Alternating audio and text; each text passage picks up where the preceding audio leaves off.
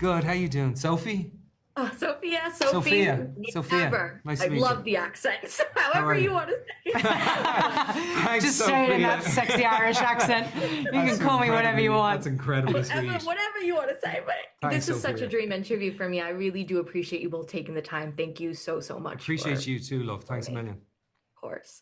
So I so often hear people saying it's too late for me now, whether it's regarding their career, life choice, relationship, or their future in general. How did this movie kind of change your perspective on that sort of mindset and that phrase? God, it's never, honestly, it's so cheesy to say, but it's never too late for anything. I mean, if you're 60 years of age and you dream of playing in the NBA, then maybe we can have a conversation about things possibly being too late. But you could still be you can still find some job close to basketball, but or coach a local team or play in the seniors league. But look, it's never too late. It's never too late for a shift in perspective. That's the one thing that's for sure. Mm-hmm. Whatever your perspective on, and our perspectives on our lives and the lives of others can be they can be limiting as often, if not more often, than liberating. So a shift in perspective, it's never too late to have. And if your perspective is too late, maybe all that you need is to shift that to, look, it's not. But you have to, I don't know, be willing in life to be hurt and be wrong and be lost and be confused, and step into that as with as much choice as you feel you can muster, I think, as well, to live a really full and fun life, which I'm still trying to figure out how to do. Margot, what about you? Beautiful answer. No, I agree. It's never too late. And I think we fall into the trap of putting ourselves a bit in a box or giving ourselves I'm the kind of person who does X, Y, and Z. I'm not the kind of person who would ever do X, Y, and Z. And I think the older we get, the more we feel like we have to subscribe to that. And we don't, it's like, yeah, you can be the person who goes on a crazy adventure because your GPS tells you to, it just be open to that is a big message in the film too, is be open to life. And I think the older we get, the harder I think we find it to break away from those kind of things we've defined ourselves by. Yeah, so well said. And since we sadly can't go through doors to revisit our past, which really wish we could, but how do you both kind of ensure you're remembering those special and important memories that made you who you are today, while also continuing to open the doors for your own future? Thank you for the question. It's a really powerful thing to live in a place that is not the place where you spent the first 20 and most formative years of your life.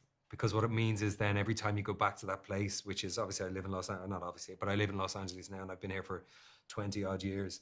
But I was in Dublin for the first 20 years of my life. And now, as soon as the plane touches down in Dublin, actually even before that, when I start seeing on the screen at the back of the chair in front of me that the airplane is getting close to an island called Ireland, I start getting kind of a nostalgia that's really pleasing and a sense of placement that's really familiar. And it is, going home is like walking through. So it's a really powerful thing. It's kind of like, I used to think of it as a sense of fracture, born one place, live another. I have people that I love, family members in LA, but I have family members at home in Dublin, never full, always missing someone.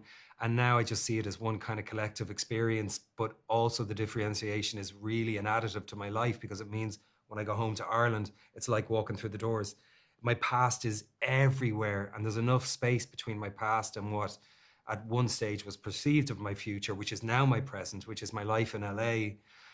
It's an amazing thing to go home. I'm given so many constant gifts of memory without even having to kind of initiate or activate them myself.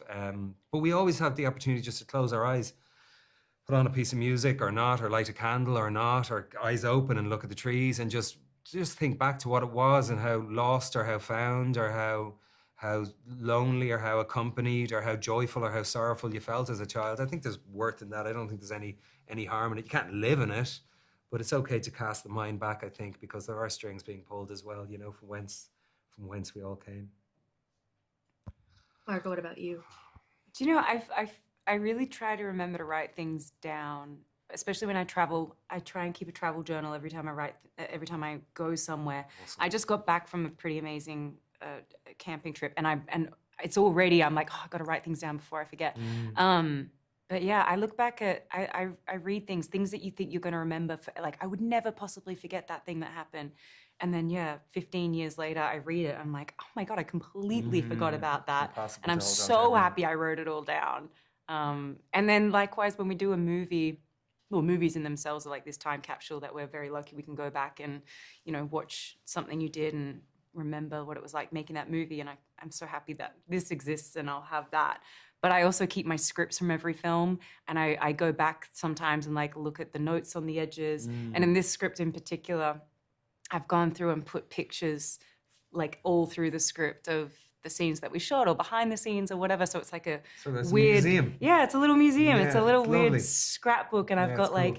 I've written down a few things because Colin, as you've already just seen, is incredibly poetic. And I would even jot down little things he would say. And I've got it in my script. And I know I'm going to be really happy one day when I look back and go, oh, wow. Such a cool thing to That do. was amazing. Well, congratulations on this big, bold, beautiful movie. And thank you so much again for your time. I can't tell you how much I appreciate it. Thank you, Sophia. Thank All the you. best. Thank love. you. Have a great rest of your day. Take care. Thank Bye, you Johnny. too. Professional artists and professors. Maybe a nerd who's just like you, talking about the things that you like too. So I invite you to the NOC. In full color, you see me. The Hard Knock Life.